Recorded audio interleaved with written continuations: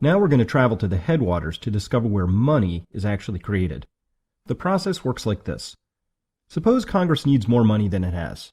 I know, that's a stretch. Perhaps it's done something really historically foolish, like cutting taxes while conducting 2 wars at the same time. Now, Congress doesn't actually have any money, so the request for additional spending gets passed over to the Treasury Department. You may be surprised or dismayed, or perhaps neither, to learn that the Treasury Department essentially lives hand-to-mouth and rarely has more than a couple of weeks of cash on hand, if that.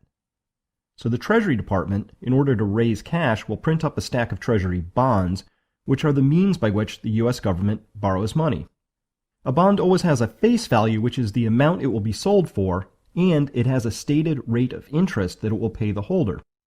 So if you bought a bond with $100 of face value and paying a rate of interest of 5%, then you'd pay $100 for this bond, and in a year, you'd get $105 back.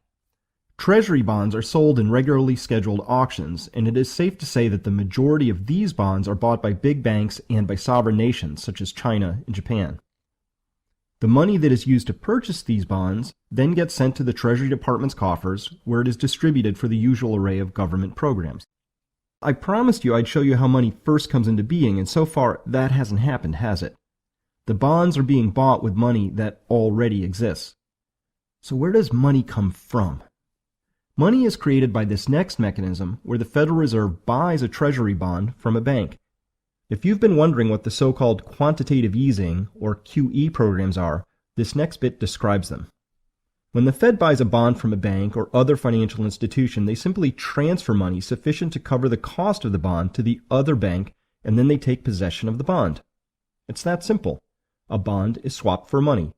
The Fed has the money, the bank has the bond, and they are exchanged. Now, where did the Fed get the money to buy the bond? I'm glad you asked. It literally comes out of thin air, as the Fed simply creates money when it buys this bond.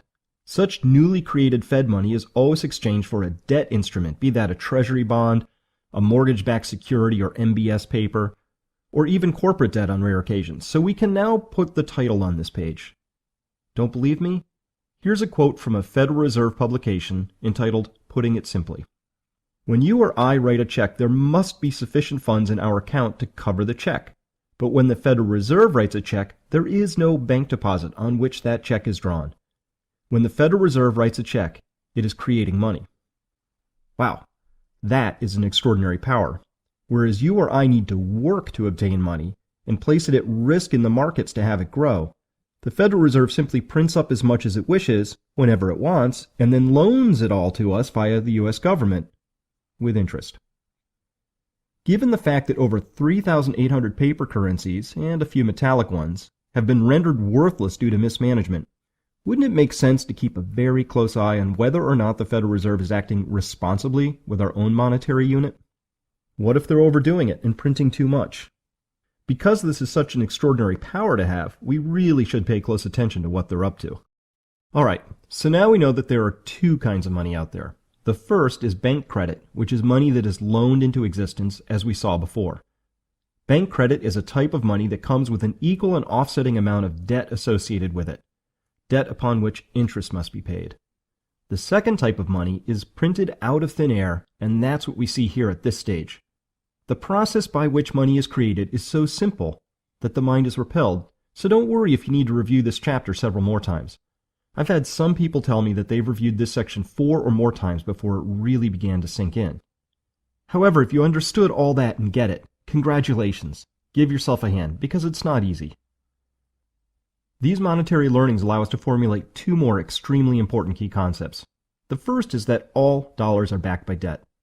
At the local bank level, all new money is loaned into existence.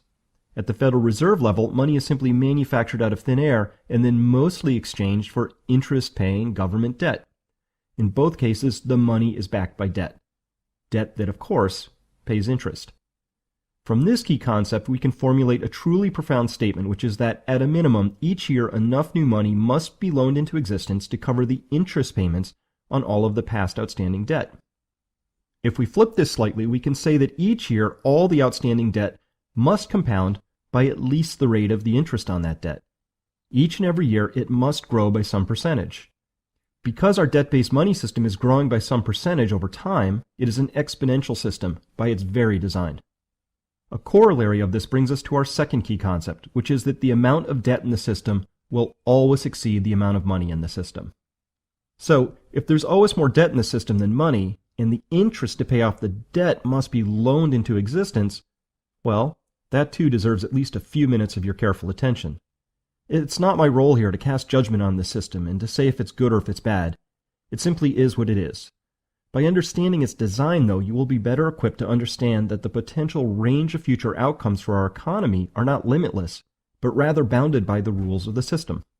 And that system is one that is designed to increase by some percentage, in this case the rate of interest on all the outstanding debt, over time, at a minimum. That is, our money system is designed to expand exponentially. That is a feature of our money system. Whether we happen to believe this is a good thing or a bad thing does not change the fact that this is simply how our money system is designed. All of which leads us to another key concept, which is that perpetual expansion is a requirement of modern banking. Not a legal requirement, but a systemic requirement, like your body as a system requires oxygen. In fact, we can make a rule. To avoid cascading disruption, each year new credit or loans must be made that at least equal the amount of all the outstanding interest payments that year. Without a continuous expansion of the money supply, past debts would not be able to be serviced, and defaults would ripple through and possibly ruin the entire system. Defaults are the Achilles heel of a debt-based money system, which we saw in our local banking example in the previous chapter. Because of this, all the institution and political forces in our society are geared towards avoiding this very outcome. So the banking system must continually expand, not necessarily because it's the right or wrong thing to do or because some law requires it, but rather simply because that's how it was designed. Continual expansion is a feature of the system, just like using gasoline is a feature of my car's engine. I might wish and hope that my car would run on straw or water, but I'd be wasting my time because that's just not how it was designed.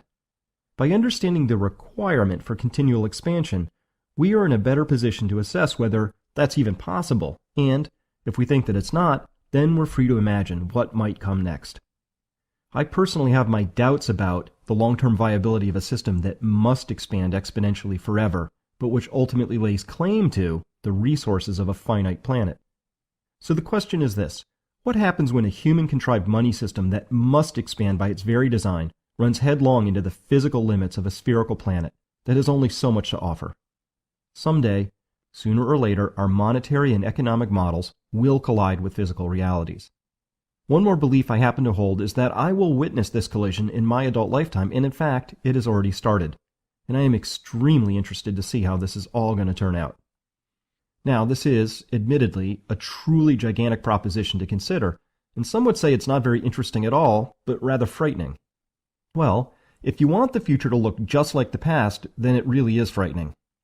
But if you are flexible in your view of the future, then you have an opportunity to make the most of whatever future actually arrives. These are fascinating, invigorating, and truly unprecedented times, and I, for one, am thrilled to be living right now, right here, with you. In the next section, we'll be looking at some very important historical context about our money system, where you'll learn that our money system could be viewed as a masterpiece of sophisticated evolution, or as a historically brief experiment that's just a bit over 40 years old. In order to better appreciate just how remarkable this all truly is, please join me for Chapter 9, A Very Brief History of U.S. Money. Thank you for listening.